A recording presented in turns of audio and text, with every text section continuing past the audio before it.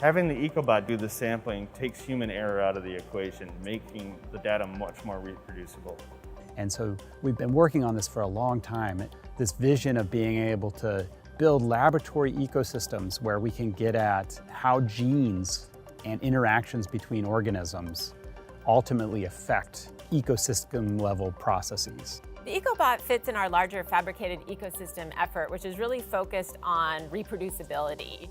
And that means that we want to make sure our experiments are robust and reliable and that we get the same results every time we do them. And not only that, but someone else could do the same experiment and get the same result. And that might seem obvious, but sometimes subtle variations can cause differences in results.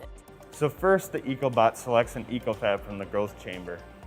EcoFab stands for Fabricated Ecosystem, and these are essentially handheld environments where we can study plants and their microbiomes using different methods. Once it selects an EcoFab, it delivers it to the liquid handling unit and it removes the caps to access the root zones. Then the EcoBot directly samples from the EcoFab root zone to see which chemicals the plants and microbes are making. We then refill the EcoFab with nutrients or microbial communities, depending on the experiment. Once the sample has been removed and liquid has been added, we then recap the EcoFab to keep it sterile. The EcoBot can then take the EcoFab from the liquid handling unit and move it to our different imaging stations where we can collect data on the roots and the plant growth. There are two imaging stations underneath the EcoBot. One is an inverted microscope that can automatically scan all the root zones. We can do things from low magnification, like getting root phenotypic data, or higher power magnification if we want really detailed information on the plant roots, or look for microbes that are colonizing the roots.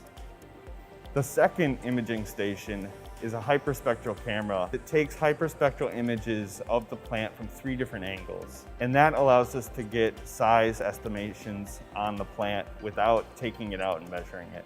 What I'm most excited about with the EcoBot is the potential for self-driving experiments, meaning ones that aren't just carried out according to a particular timeline, but that actually change and evolve with the results that come out. The EcoBot is located at Berkeley Lab, but it's part of a collaborative project that involves a number of other labs, in particular the Pacific Northwest National Laboratory. And so collaborators at other institutions are already participating in planning and executing these experiments, as well as analyzing the data that comes out.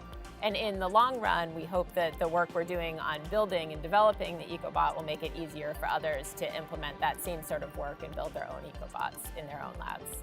And so this fills a really large-scale vision of